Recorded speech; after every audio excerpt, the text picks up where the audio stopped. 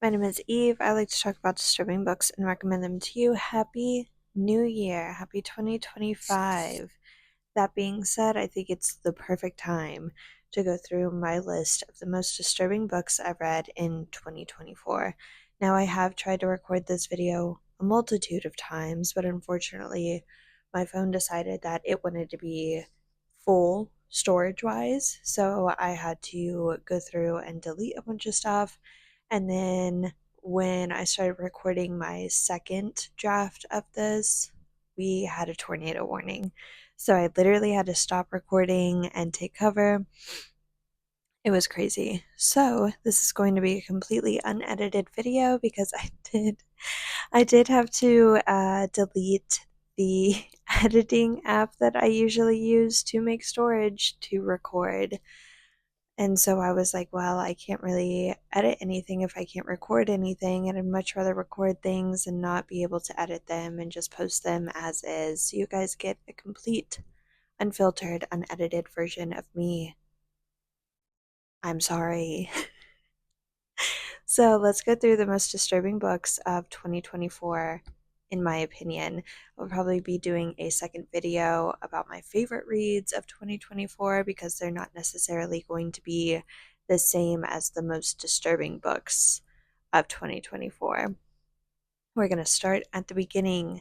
Stinky Stump by D.E. McCluskey. This was a disturbing book in the sense that it was fucking vile. It was disgusting.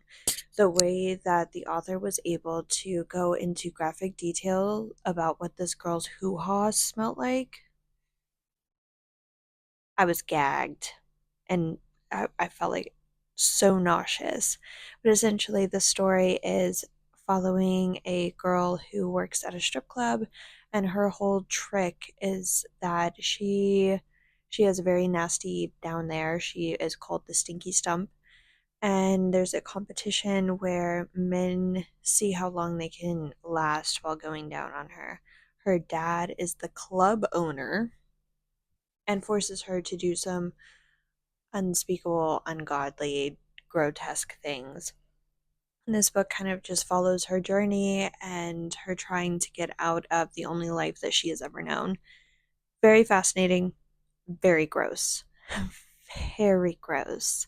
Also, I just have the names and the authors of each title written down. I don't really have a synopsis of the stories. It's just all going off my noggin. So, have fun with that. The next story is Fetal Backwash by Judith Sonnet. I went into this book completely blind and I was shook because what the fuck? This book essentially follows a girl. She is in an abusive relationship and she's hiding away in her bathroom from her boyfriend who wants to like murder her. She is also pregnant. She ends up giving birth to the baby right there in the bathroom, and the baby is actually not a human baby. It's like a demon.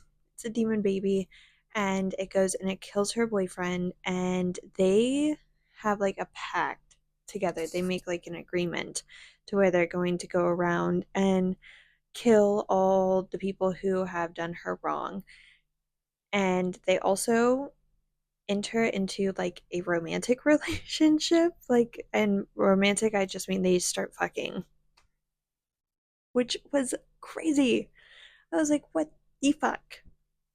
Then we have Sour Under the Flesh by Stuart Bray. Loved this book. It had a plot twist that I did not see coming. It is essentially following a man who lives like a double, triple, quadruple life.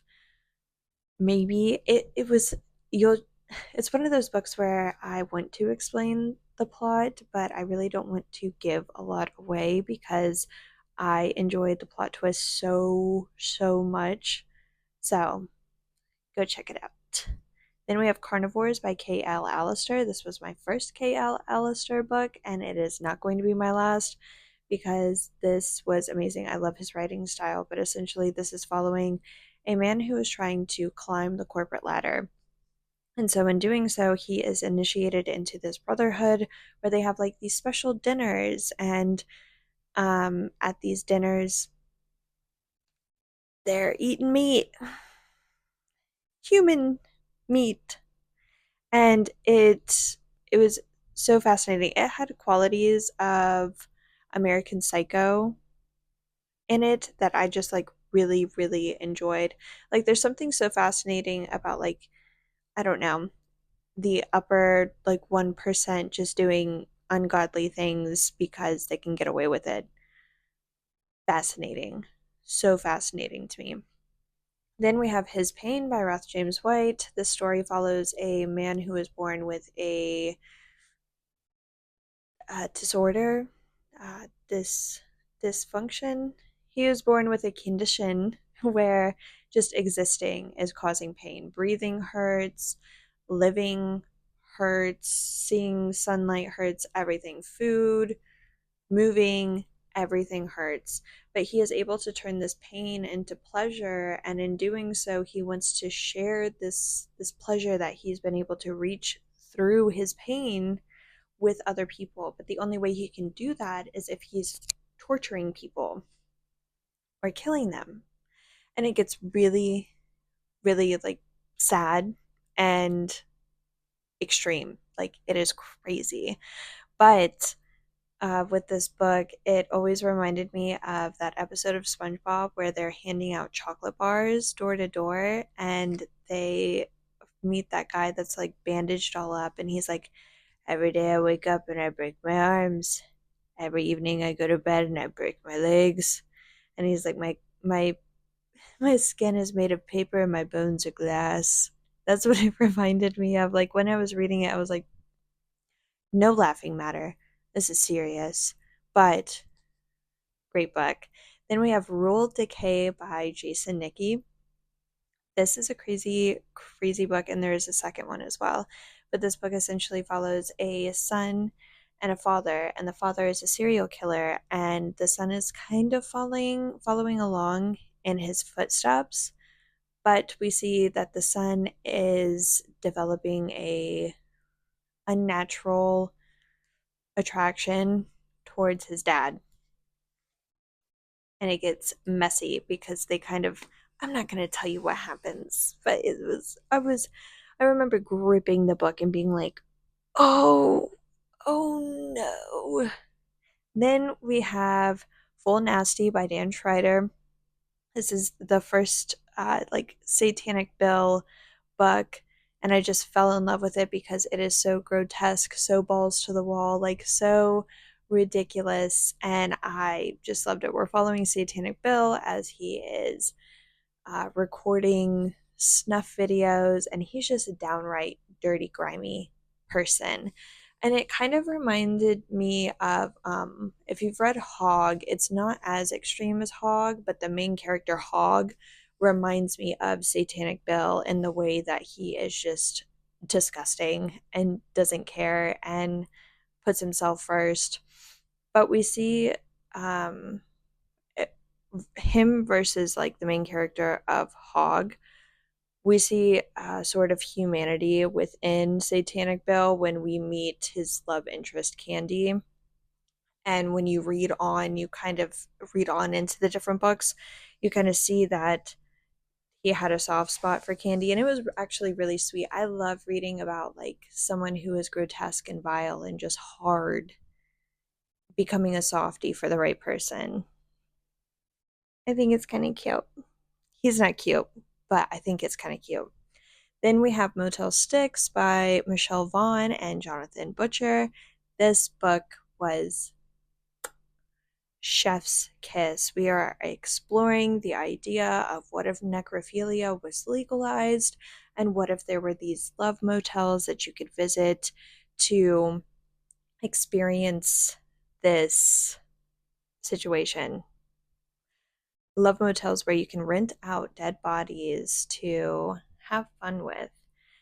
Such an interesting concept. And the way that they went about writing about the motel and exploring some of the rooms, our main character explores this hotel while he is looking for his wife's dead body after she committed suicide.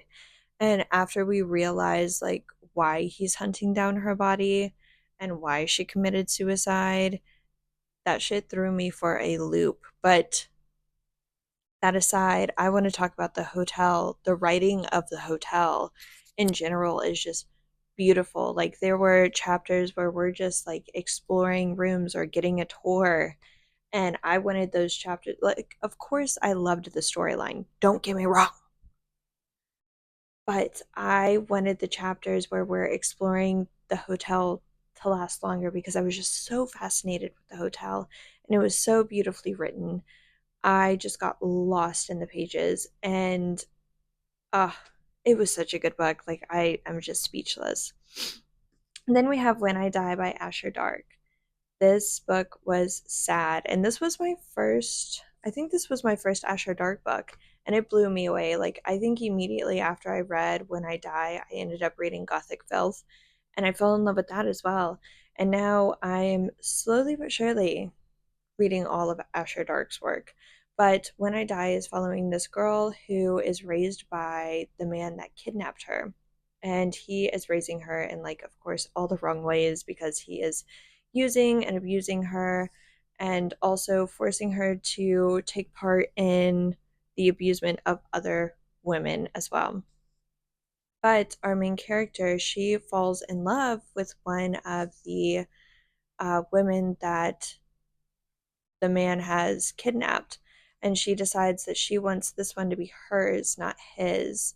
And that's when things get really messy, really gruesome. And when we find out why this girl is there, like how she got kidnapped and everything, wild, fucking crazy. Then we have Gomorra by Kelvin V.A. Allison.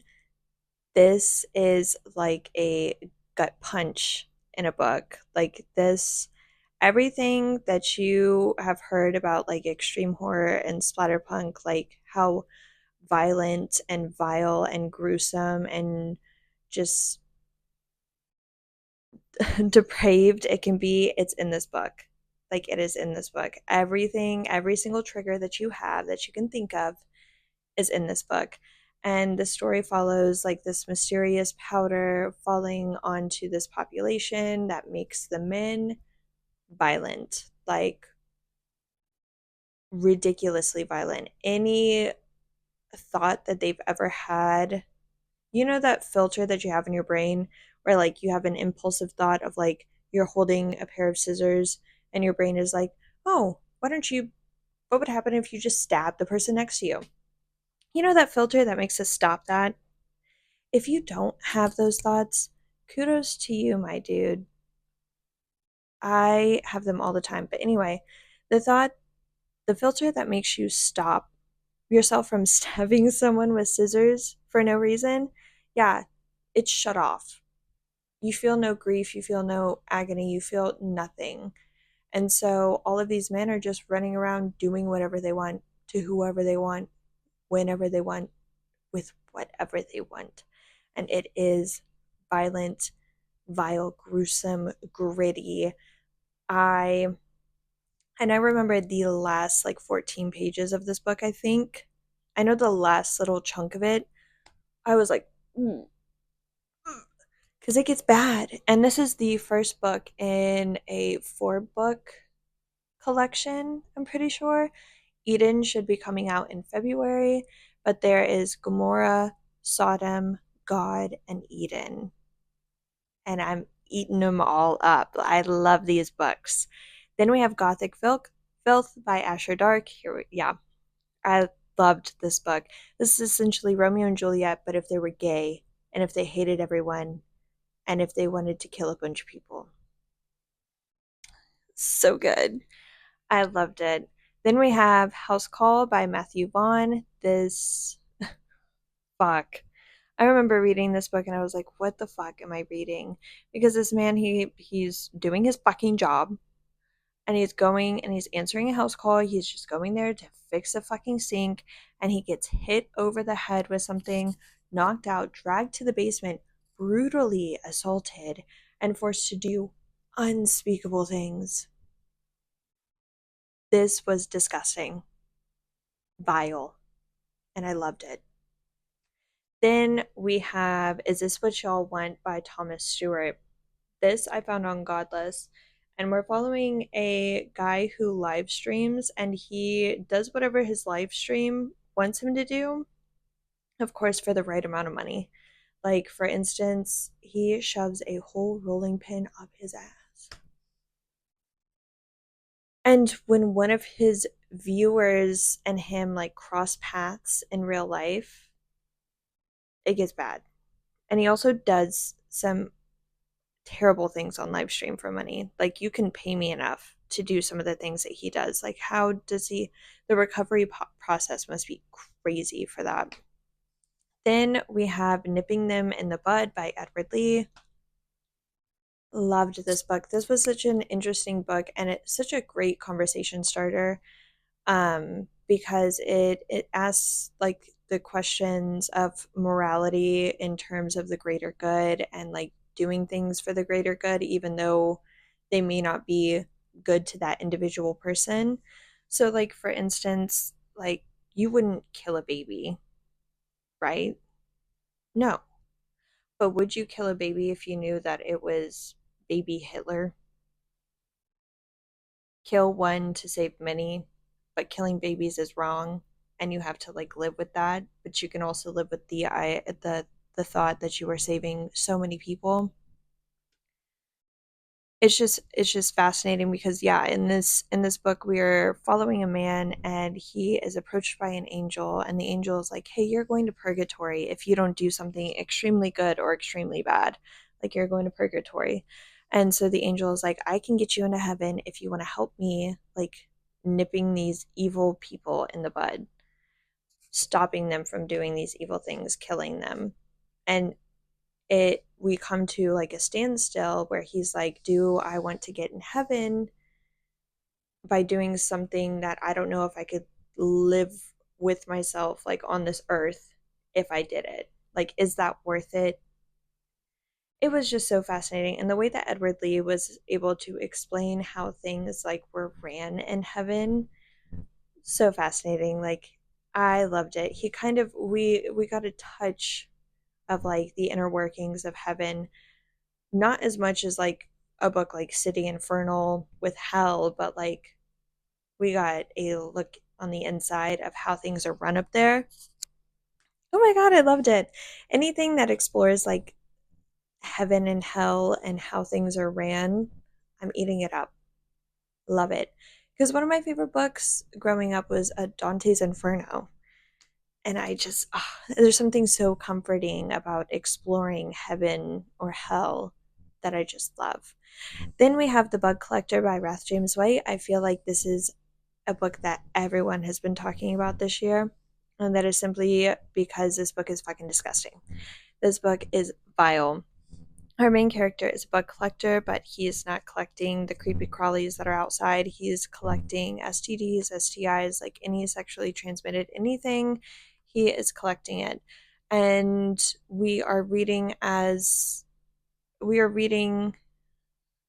him and the steps he has to do in order to collect all of these STDs, as well as the situations he gets himself into in consequence of doing this. Because, like, let's say you have 5 STDs, and let's say he has 5 STDs, and he wants to sleep with you because you have the one that he doesn't have.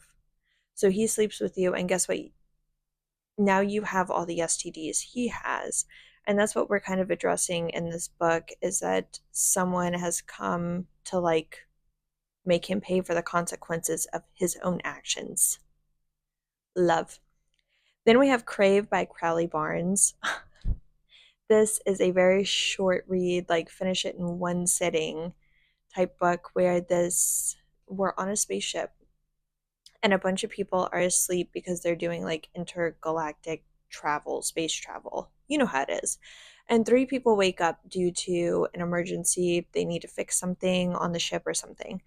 But it's actually just like a piece of fungus that got into the ship, and it infects one of the people that woke up to fix this problem.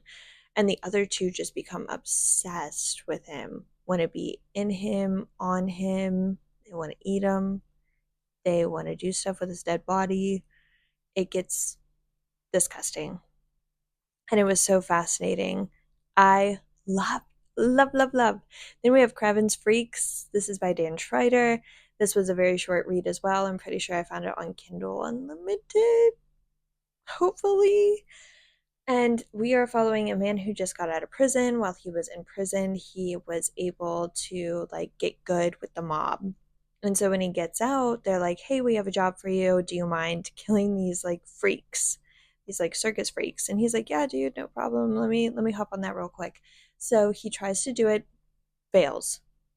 Gets kidnapped by them, gets tortured by them, ends up marrying the main guy's like daughter, but she's like not what he thought she was. And then he gets fucked in the ass by her unwillingly, and he gets his arms and his legs cut off.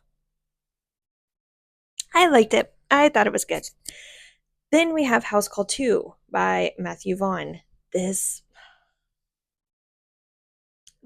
follows the same plot as the first one, but the guy who gets abducted and put in the basement, he was lured to the house under the premise that there would be a 12-year-old boy there that he could fiddle faddle. Diddy daddle. Yeah. So the whole time he's getting tortured, I had to like, every time something bad would happen to me, happen to him in the book, I'd be like, "Oh my God, I feel so bad. That's so fucked up." And then I'd be like, "No, it's not. He deserves it. He was wanting to have relations with a child. He is bad." And in the book, he is like kind of hallucinating, I think. Anyway, he's talking to ghosts, and one of the ghosts is like, "Okay, peace out, dude. We're going to heaven." He doesn't say that exactly, but he's essentially like, "We're going to heaven, dude." And our main character is like, "Yeah, we're going to heaven. I'm getting into heaven. Yay." And the ghost is like, "Not you. Not you, you fucking dirty pedophile. You're fucking delusional if you think you're ever getting into heaven. You're never getting into heaven. You're a sick fuck." I was like, "Yeah, you tell him, ghost." I was like, this is the funniest shit ever. I loved it. It was grotesque. This is for seasoned extreme horror readers because it is vile. I actually had someone message me today and they were like, "Hey, I've read a lot of your recommendations, but I couldn't finish House Call 2." I was like, "I get it," because I had a hard time. I was like, fuck. Then the last book I want to talk about, I am only briefly going to talk about it because I was unsure about even putting it into this video because it has a lot of controversy. I'm gonna kill myself. It has a lot of it's a book, and it's a very disturbing book, and it disturbed me, and it is one of the most disturbing books of 2024 that I've read. So I decided to just put it in here. Deviant Desires. Yeah, this is a very hard to read book in the sense that the contents, I'm sleepy, is very, very disturbing, very graphic. It goes into a lot of detail about doing things with children. And that's all I'm going to say. Oh my God, something just scared me. But anyway, that is my list of the most disturbing books of 2024. Like, comment, subscribe. I will have a list of all of these in the description if you want to look at the names and the authors so you can find them. If there was something that wasn't on this list that you thought was the most disturbing read of 2024, comment, leave me a recommendation. I hope everyone has a great New Year's. I hope you guys are partying it up for me because I am sober. Everyone take a shot for me. But I hope everyone has a good night, and I'll see you next time. Thank you. Bye.